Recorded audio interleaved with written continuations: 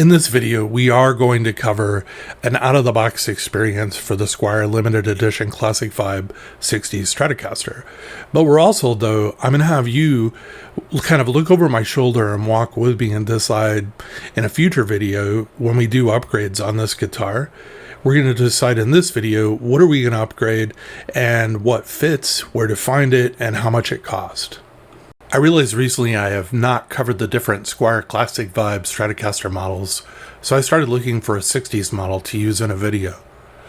When I saw the blue headstock, I knew that I wanted the guitar. I'm normally a traditionalist with Strats, meaning no painted headstocks, but I could not help myself though. She is just really handsome little guitar. The 60s Classic Vibe Strat is described by Squier as a tribute to the evolution of the Stratocaster that occurred during the 1960s decade. So it's not a replica of a specific model, but yet an amalgamation of the decade of models. Here's some of the specifications of the guitar. The guitar is made in Indonesia. It has a C-shaped maple neck with a tinted gloss urethane finish. The fingerboard material is Indian laurel. The neck has a radius of 9.5 inches or 241 millimeters, 21 narrow tall frets, a bone nut measuring 1.650 inches or 42 millimeters, and a scale length of 25.5 inches or 64.77 centimeters. The body is made of poplar and has a gloss polyurethane finish. The bridge is a 6-saddle vintage-style synchronized tremolo. The pickup configuration is 2 single coils and 1 humbucker, also known as HSS. The bridge pickup is a Fender design Alnico humbucker, and the neck and middle pickups are both Fender design Alnico single coils. The guitar has a master volume and 2 tone controls. Tone 1 controls the neck and middle pickups. Tone 2 controls the bridge pickup. The guitar also has a standard 5-position blade pickup selector switch. The guitar weighs in at 7 pounds and 4 ounces or 3.304 kilos. Measuring impedance on the pickups and starting with the bridge measures 7.81 k ohms. The bridge and middle pickups measure 3.44 k ohms. The middle pickup measures 6.06 k ohms. The middle and neck pickups measures 2.96 k ohms, and last, the neck pickup by itself measures 5.72 k ohms. I found fret rocking only at the 2nd fret, and the edges of the fretboard were smooth to my hands. I decided to try out a new StewMac fret tool called the StewMac Fret Kisser and give it a try on this guitar. It's a tool that I would say requires an investment, meaning it retails for $85, but it'll last forever. I got mine during a sale for somewhere in the $60 range. It's basically designed so you don't have to remove the strings and so on, and you can very spot accurate file just the fret that's giving you problems. In this case, the 2nd fret. I have to say that after using the tool one time, I'm now a believer. It was actually really easy to use. This thing will, in my opinion, for me at least, will pay for itself in a short while. It filed down the 2nd fret, leaving the 1st and 3rd frets untouched. I then taped the fretboard on either side of the 2nd fret and sanded the 2nd fret smooth. I put a link in the description if you want to check out the tool online. Overall, I think this is a great guitar. You do not need to do the things that I'm going to upgrade in the future video.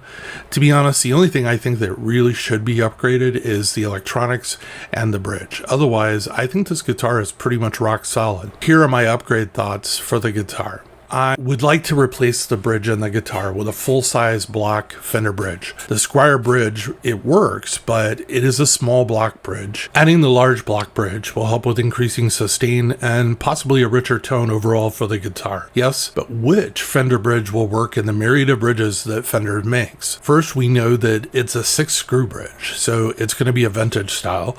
This eliminates the bridges with 2 posts. Reading through articles and message forums, I found the 2 important measurements that I needed to buy a direct replacement bridge. First, I needed to know the string spacing for Classic Vibe 60s Stratocaster, and the answer is 2 1/16 inches. Next, I needed to know the measurement for screw spacing, and it is also 2 1/16 inches.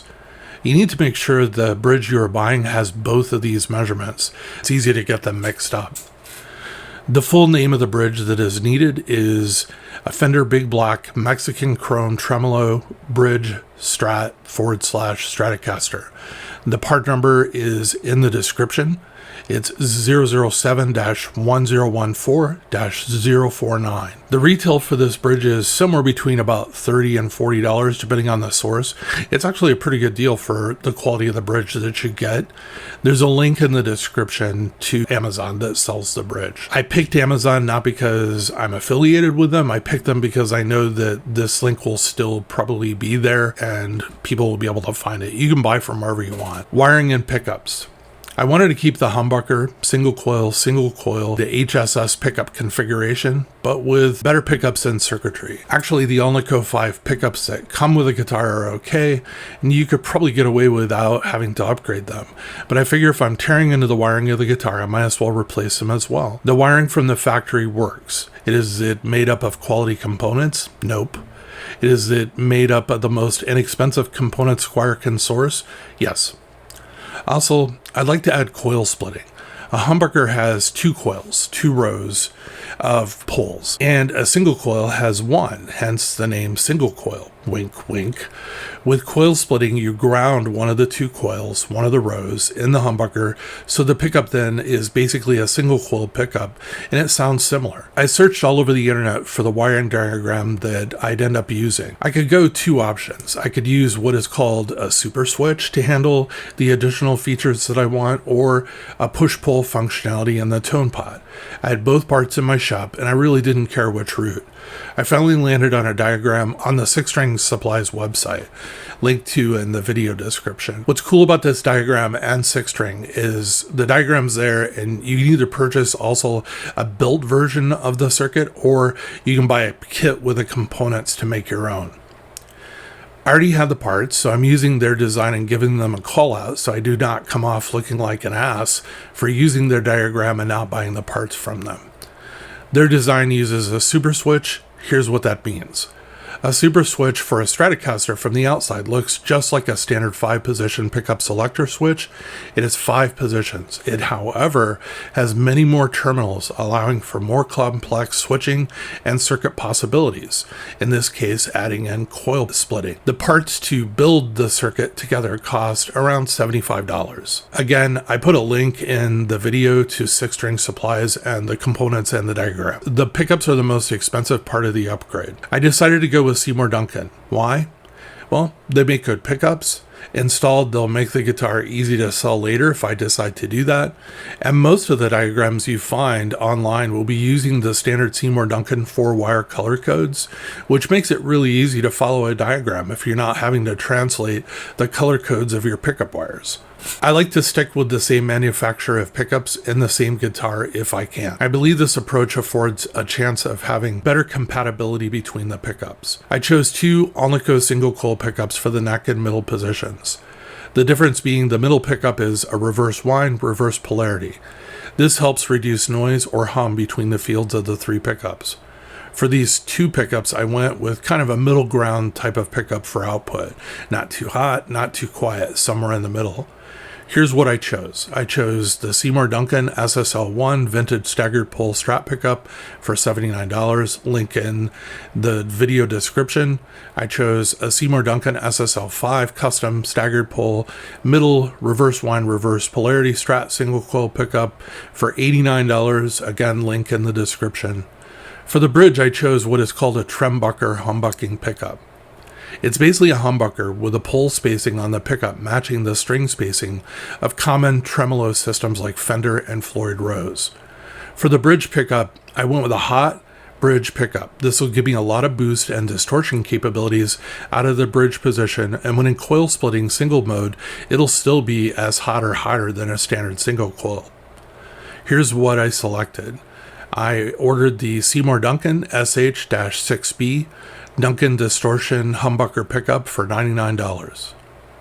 Lastly, I didn't need to replace the Pickguard, but I decided that I wanted to leave the Pickguard and all the components that I was pulling from the guitar intact. So later on, if I want to use it in a guitar or even return this guitar back to its original configuration, I can do that. So I went on Amazon, which is actually a pretty good source for inexpensive but good pickguards. When you are replacing a pickguard on either a Fender or Squier guitar, both Tele and Strat, it's important to count the number of screws in the pickguard that you have on the guitar.